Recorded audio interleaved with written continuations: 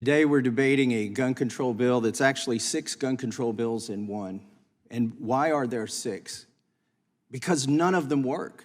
If you take 6 that don't work and put them together, they're not going to work. You can't make up for ineffective bills by having more than one or half a dozen of them.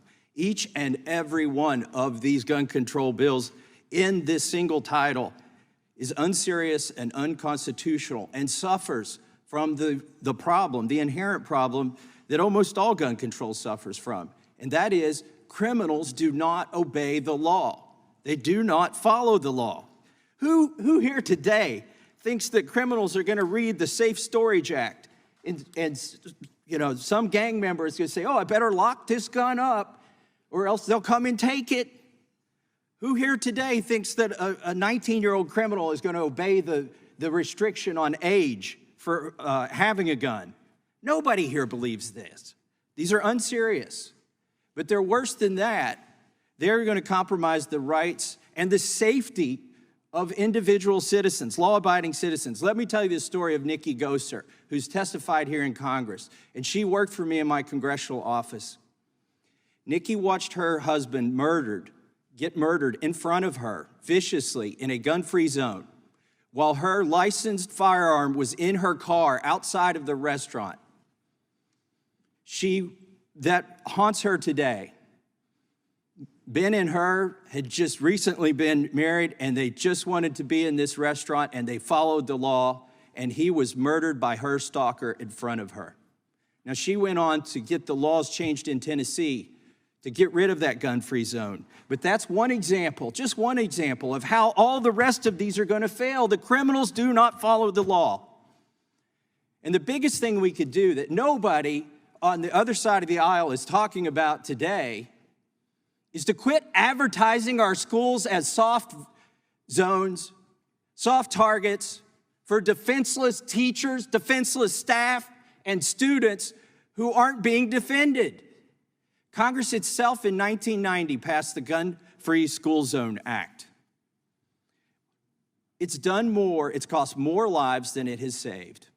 Now, some states have been able to override the Gun-Free School Zone Act and create their own areas. And in those states and those school districts where that's happened, where they've allowed qualified teachers and staff to carry, there hasn't been a single mass shooting in one of those schools. There hasn't been a single shooting of one person in one of those schools.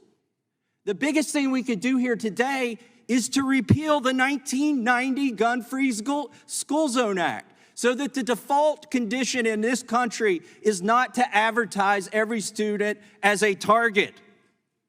Now, to Mr. Cicilline's point, he was talking about the Supreme Court. You know, in 1995, the Gun-Free School Zone Act was struck down. Why was that?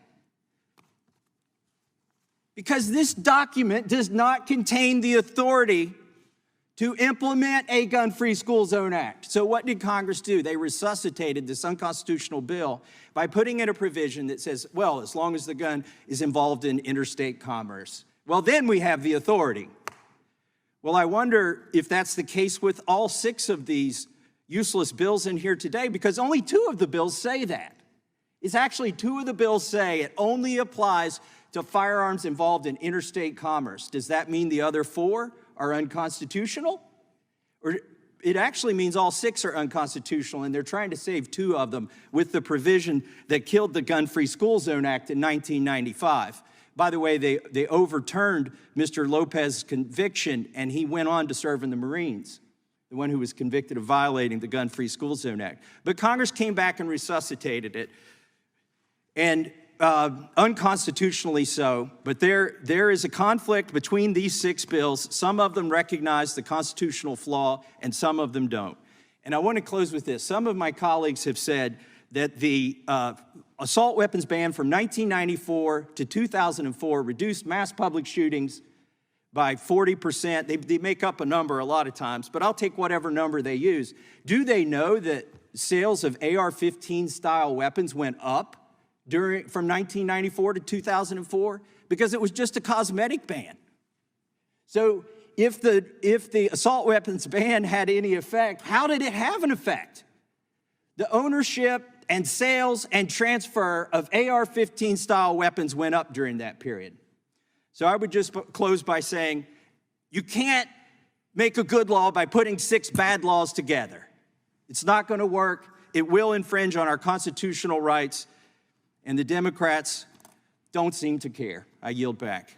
If you enjoyed this video, hit like and subscribe to our channel so you'll be sure to see similar videos from BlazeTV with the added bonus of signaling YouTube that your voice and opinion still matters. And if you're looking for more great conservative content, check out one of the 2 videos suggested here.